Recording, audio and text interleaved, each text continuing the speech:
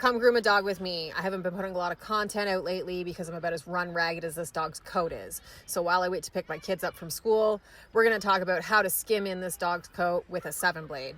And as you can see, she's got a lot of these clumpy things in her coat. That kid is screaming. And you could spend about an hour brushing all this stuff out, but I'm not going to do that. I'm just going to take it all off with my 7-blade. This dog's coat is dry and brittle, and unless the owner wants to do a lot of stuff to help fix that, there's nothing we can do in an hour. So instead of putting this dog through hours of brushing, I don't know if I mentioned it, but we're just going to clip it all off with a 7-blade. I have not touched this dog with a brush yet. I'm going to take a bunch of the hair off, then I'm going to go through and brush her and comb her out. And to do that, I got my 7-blade on my Honeyger Opals, and I'm just going to start lightly skimming off the coat. Yes, you need to do this on a dog that isn't bouncing around, but as you can see, I have my hand on her to keep her steady.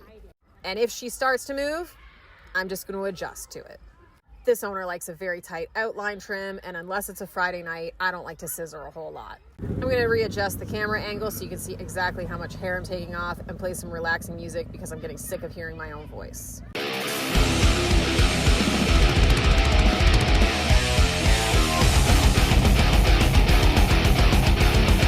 So now this is what we're left with. And just a reminder, this is the mess it was before. Now that I have a decent outline put on her and I've gotten rid of all of that extra hair, I'm going to go through and actually dry her. And look I got my hearing protection on, so you wrap that dog's head up and you make sure they got their hearing protection on. A lot of people have no idea how to actually properly groom a double-coated dog, so we're going to talk about that today as well. Like I said, I haven't been putting out a lot of content lately, so the more I can teach you in one video, the better. I've got 2 dryers going on her right now. I got my Girapet neck dryer and my Aeolus HV dryer.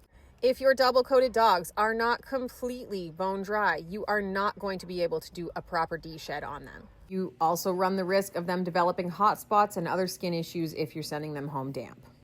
Now that she's as dry as a nun's diary, I'm going to start line brushing her with a slicker brush. I'm going to do that for a lot longer than you'd think. You want to go through the whole dog, line by line, making sure you've got all that undercoat out. Now I'm going to do the same thing, but with a comb. If your double-coated dog is taking a long time at the groomer, this is why. Once I have all of her undercoat removed, I'm going to go in and just skim in around her face and her chest. I tidied up her ears with my thinning shears, and here she is all done. De-sheds are one of my favorite things to do, but make sure you're doing them right.